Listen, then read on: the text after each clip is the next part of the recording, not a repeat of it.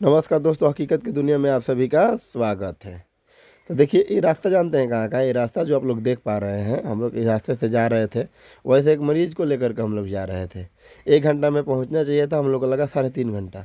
ये रास्ता है जो गोपालगंज का NH है, नेशनल हाईवे, जो कि यूपी अयोध्या के आगे तक जाता है। उस रास्ते से मेन रोड कट है जो श्यामपुर बाज़ार पे जाता है। बताइए, रोड का हालत आप लोग देख पा रहे होंगे कितना जर्जर हो चुका है।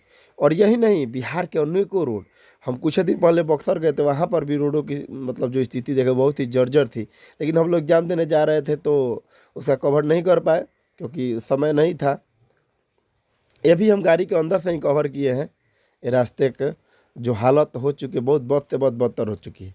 देखिए, जबकि यूपी से तेल हमारे यहाँ 12 रुपया महंगा है लीटर पे। इतना महंगा, इतना ज़्यादा टैक्स लेने के बावजूद भी बिहार सरकार रोडों की मरम्मत सही से नहीं करा पा रही है, स्कूलों की हालत सही से नहीं कर पा रही है, स्कूलों में शिक्षा सही से नहीं दे पा रही है। तो काहे लिए इतना ज़्यादा टैक्स वसूल रही है? जब रोड ही अच्छे नहीं रहेंगे, स्कूल में पढ़ाने वाले मास्टर ही अच्छे नहीं रहेंगे, और तो और अस्पतालों की आप स्थिति देख लीजिए।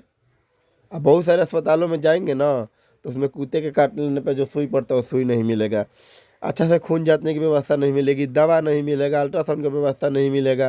और सरकार टैक्स ले रही है सबसे ज़्यादा।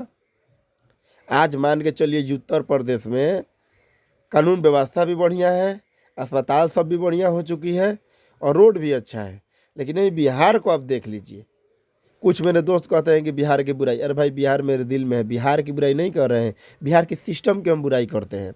कुछ दोस्त ये भी कहते हैं कि बिहार के लड़के सबसे ज़्यादा IAS IPS की एग्जाम निकलते हैं। अरे भाई, पहले ये तो देखो कहाँ पे पढ़ के निकालते हैं। बिहार में पढ़ के निकालते हैं। बिहार में टैलेंट है, लेकिन उस टैलेंट का कद्र नहीं है। सरकार सारे टैलेंट को गला घोट रही है। अगर सरकार सुविधा दे दे तो बिहार के ना हर 10 घर में से एक घर का लड़का IAS IPS बनेगा, इतना जितना टैक्स सरकार लेती है।